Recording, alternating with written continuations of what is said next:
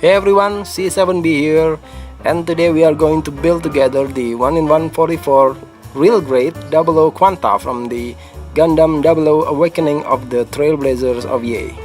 But wait, there's more. We are going to do a twin build. Together with it, we are also going to build the real grade 00 Quanta Trans Am Clear Limited Expo. I initially going to build the limited kit, but I realized that I haven't built the regular one, so I thought, what the heck, let's split them together.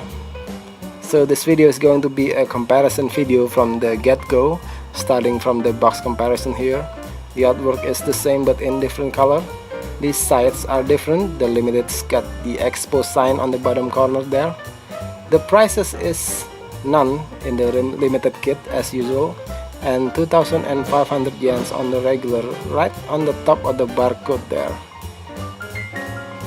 And the size and thickness of the box is just the same because it's just a recolored kit with the same amount of runners and parts. Okay, let's get these boxes open and let's compare them side by side, starting from the A runner. The white part in the regular is changed into clear bright pinks, the blue into clear pink, the yellow into clear orange, and the clear green into clear bright green. The next is B runner, of course, which is the inner frame parts. They're the same, the color is also the same. It's Advanced Joint 7 for the 00 RG kits. C runner is up next. Like the A runner, the white swap to clear bright pink, the solid gray into solid metallic gray. The metallic gray is slightly copperish in hue, and the pale red has the same color, but in limited kit it's transparent. The D runners are two runners but the same one, so let's put one aside and compare. Like the whites before, it's clear bright pink in the limited. E runners, like the C runner, it's solid gray in regular and metallic gray in limited. Let's take a closer look at the colors. See the difference there? Yeah. Next up, F runners, blue and darker pinks.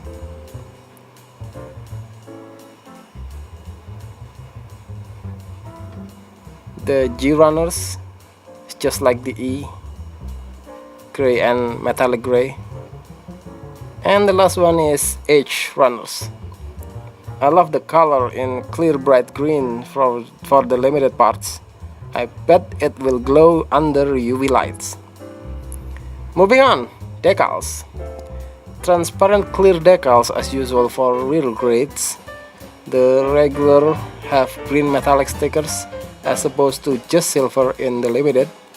It's a bit hard to tell because the way the light shine from this angle. Next is the manual. They are the same. Even the artwork for the regular and the limited are the same. I'm just going to flip these pages and go through all of them, one page at a time.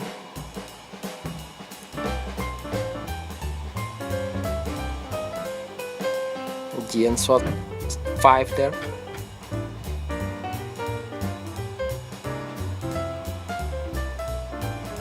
Hey, wait a minute. Is that a typo? Shelet? Well, Bandai, for a company that adores perfections like you are, perhaps you should consider getting a new editor for your manuals. Just saying. Last page is for decal applications. Let's see the other manual. Yep, still the same.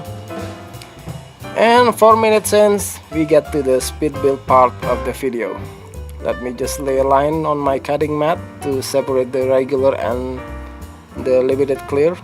The regular is on the port side and the limited is on the starboard side. This particular kit is interesting because we get to build the inner frame first.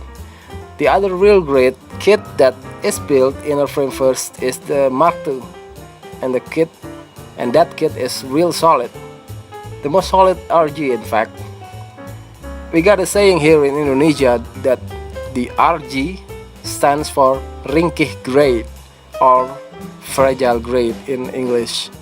The first real grade, the RX 782, is fragile. The parts seem not to like to stay in place if you do some posing or just play with it. But they said that the real grade Sinanju, which I haven't got, is even more fragile. I guess we'll just have to see it until I get my hands on that.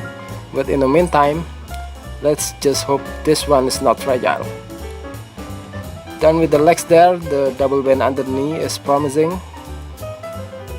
And next is the torso. As for most double kits, it has the round GN drive in the chest there, glowing green as usual. In the wiki it said that the Double Quanta possesses the two newly created GN drives, specifically made for its twin drive system.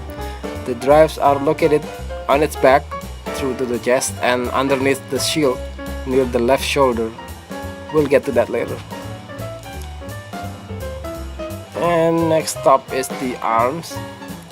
Unlike the Exia and the Double Razor, the arms are not built from the B-Runner where the inner frame is supposed to be, but from separate parts. There are original parts for the arm inner frame, but we are not using them. So we are building the arm inner frame like the Master Grade. You can see I put aside the original B-Runner arm inner frames to the side there.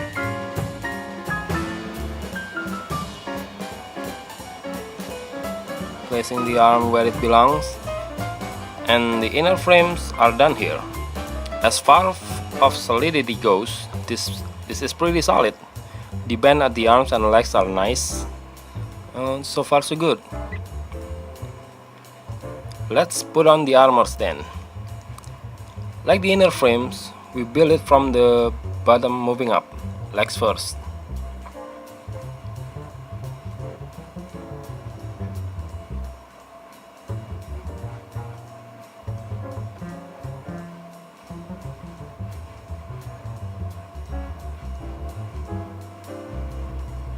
Moving on to the limited.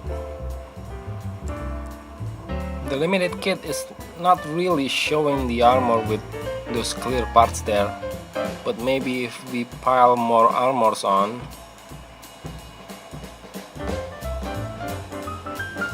there are lots of parts. That's the beauty of the RG. Lots of parts.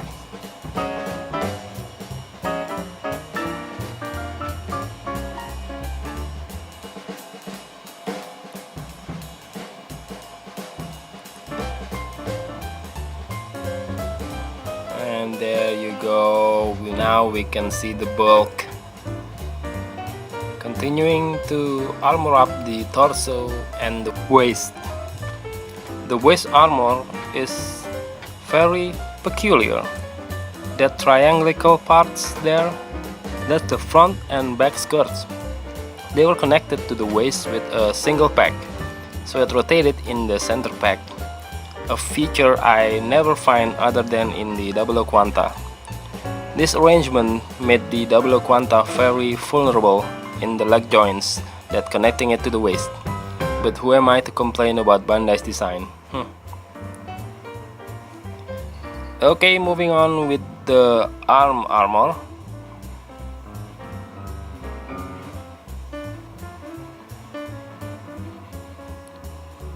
The left and the right is asymmetrical. Very nice. I like asymmetrical kits. The Torn X, the Wing Finish, I like them all.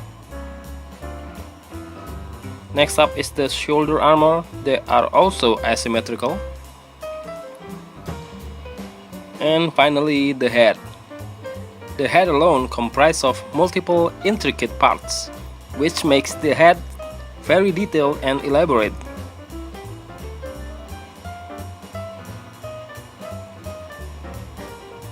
The same one goes for the limited clear there. And the body is all nice and done. Next up is the weapons and shield.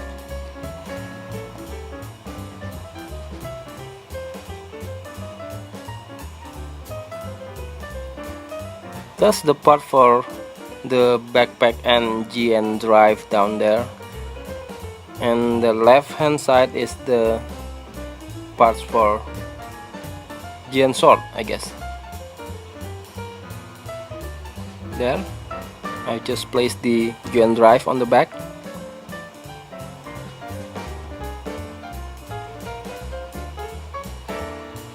Oh, I was wrong, this is the GN shield that goes on the left hand shoulder. Yeah.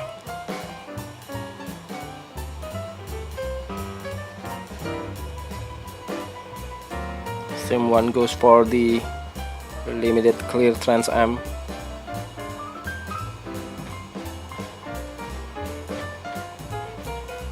And finally, the GN sword and the sword bits.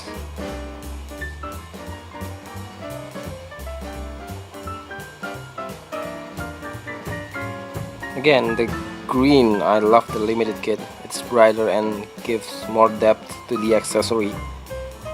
The regular one, not so much. It's a bit dull as opposed to the limited kit. Let's put the effect parts on and then attach the bits to the shield. It can be attached to the sword too, but let's now put it on the shield. That looks good, doesn't it? And it's finally done. Awesome kits. Let's review them. At the beginning of the speed build, I wish that this kit is as solid as the Real Grade Mark II. Well, sorry to disappoint you all, it's not even close. Maybe it's just these kits of mine, but the problem is the same in both of these. Either the regular and limited, they all have weak leg joints, specifically in the joints where the legs connected to the waist. It's so loose that sometimes even when you try to pose it standing up without any force whatsoever, the leg just keeps spreading away, especially on slippery surfaces like this rotating display of mine. This pose you see is helped by a bit of sticky adhesive under the feet. Another loose point is the connection to the head. The regular kit is a bit loose, but limited kit is even worse. The head doesn't seem to stay on the neck. One other loose point I like to mention is the shoulder armors. Like most, if not all of the Gundam Real Grade, the shoulder armors are almost always loose. But they need to fix the connection of the shoulder armors to the actual shoulder. They were easily flopped off.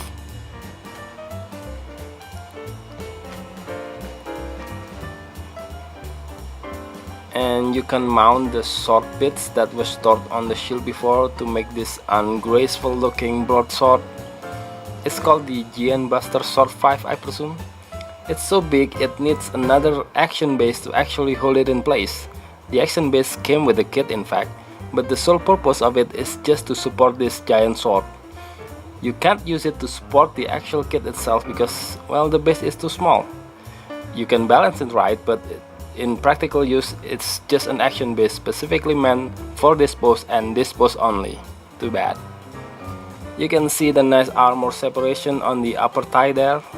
Most RG kits has the similar armor separation, which I always love. But that's the one and only armor separation you get in this kit. The other armor separation you usually find is on the arm, but it's not there because the inner frame of the arm is not from the B-Runner, so no interlocking movement because you have to assemble the arm inner frame yourself. The bright green effect part on the limited kit is looking awesome compared to the regular here. They just shine under these bright lights. And here's the contrast holding up the slightly slender figurine of Setsuna F. Seiei. I highlighted the white regular figurine just to make the details pop, and I can assure you it was highly detailed.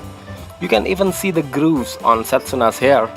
Nice to see details in the otherwise lacking detail main Gundam body, but we get to that in the comparison section.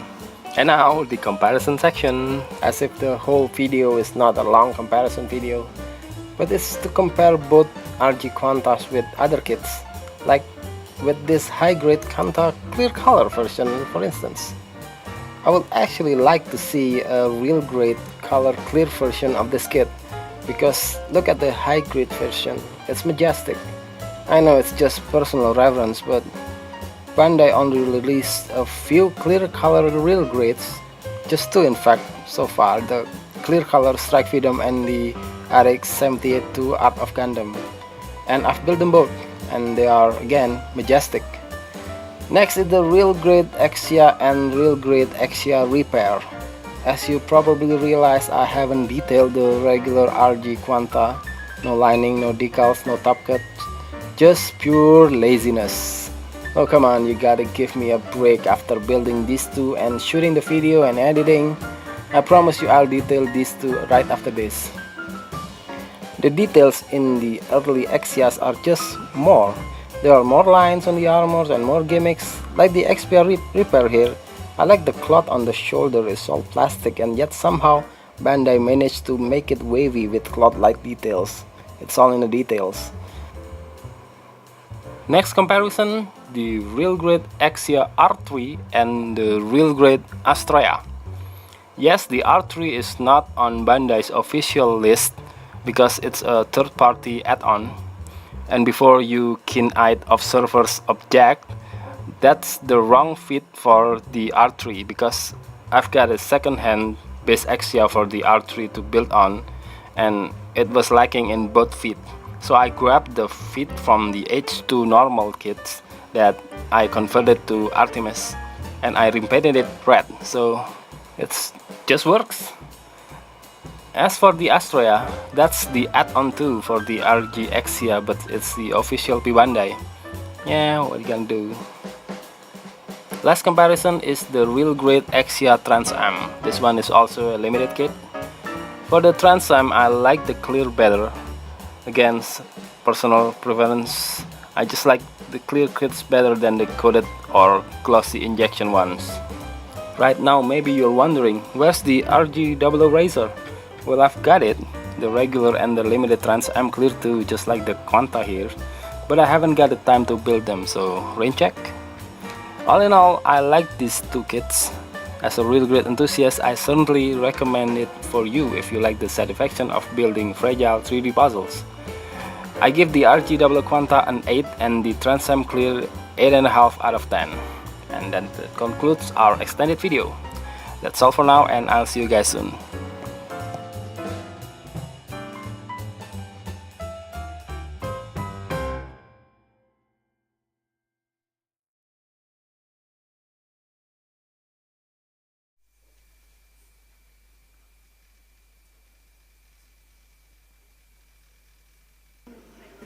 Mother